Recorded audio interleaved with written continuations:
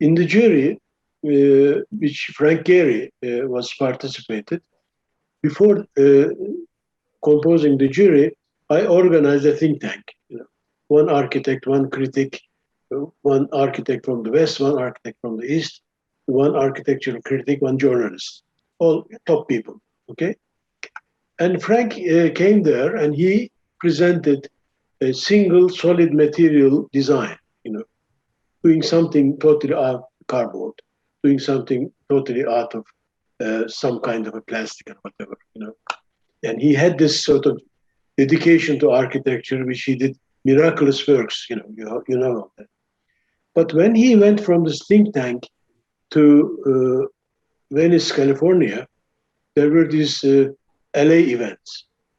You remember, that's almost semi-revolutionary uprising.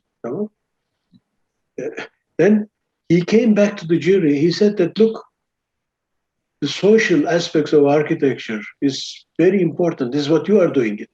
He changed the whole agenda. He said that I would not vote anything which was not socially relevant. Two aspects of a master. One, he owes his fame for his design skills, but then bringing the institution to a level. And he even told me that you must go and advise the not governor, but the mayor of Los Angeles. What are the social issues that we are not noticing and caring for?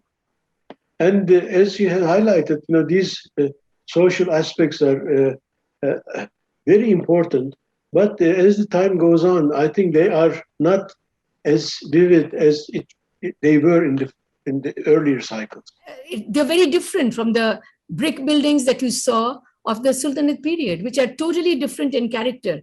And they used as their model the local hut. I think I made it very clear that this is how probably all the temples were also built, using the model of the hut. And the small hut in the village with the protruding mihrab shows that most of the mosques that the villagers attended were like the huts, as were the temples. The huge temples that we see now are what survived. These were the gems. They needed a lot of money, and small neighborhood temples or the temples of every home were surely not like that. They would be just like any other room in a homestead. So the Bengali identity is not only in architecture, but the Bengali language as we speak it today was a Sultanate in contribution. So in language, in literature, in culture, architecture, everything, the Sultanate period is extremely important. When, of course, this was also done, most of the mosques are royal or, patronage of important officials, because these were brick buildings. Most of the people stayed in huts. But the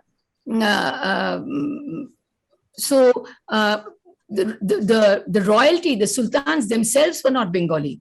And the first mosque the first building in this Sultanate, in this Bengal mode, was the tomb that Jalaluddin Muhammad Shah built for himself. And Jalaluddin was a converted person. He was the first Sultan of Bengali origin, and he made his tomb just like those mosques. Well, I think this, from the initial discussions that I've had, what has been most interesting in some of the discussions has been, what is this mosque supposed to look like? Because with migration, with different affiliations, different connections, there are quite diverse ideas of what a mosque should look like. And a lot of, our students all the time from Malaysia, where there's, spectacular and ornate mosques with, the most, the richest marbles, and they'll come to Adelaide and, it's a lot less,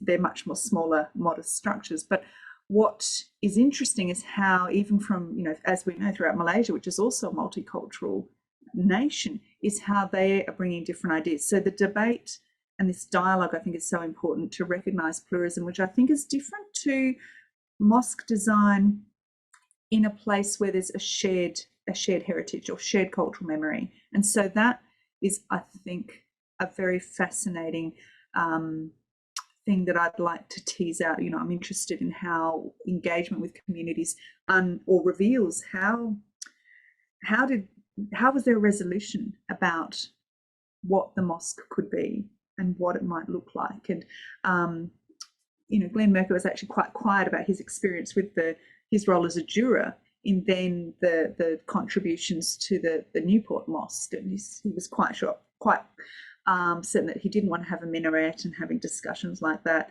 The discussions with Kandala Pass for the Punch Bowl Mosque were quite different. They picked him because they knew he would fight in council.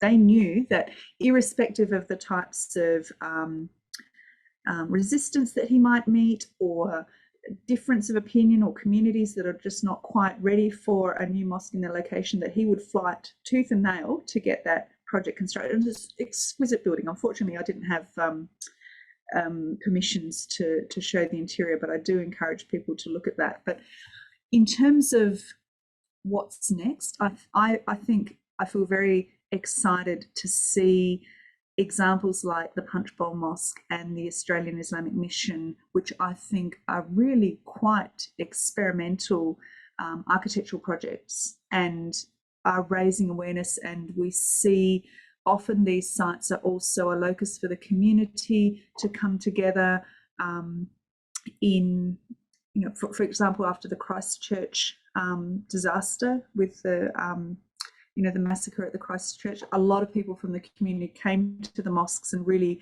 rallied. So I'm interested to see how that, to me, is such an important example of how communities are supporting these. These are projects that are getting built despite the small population. I think it will continue.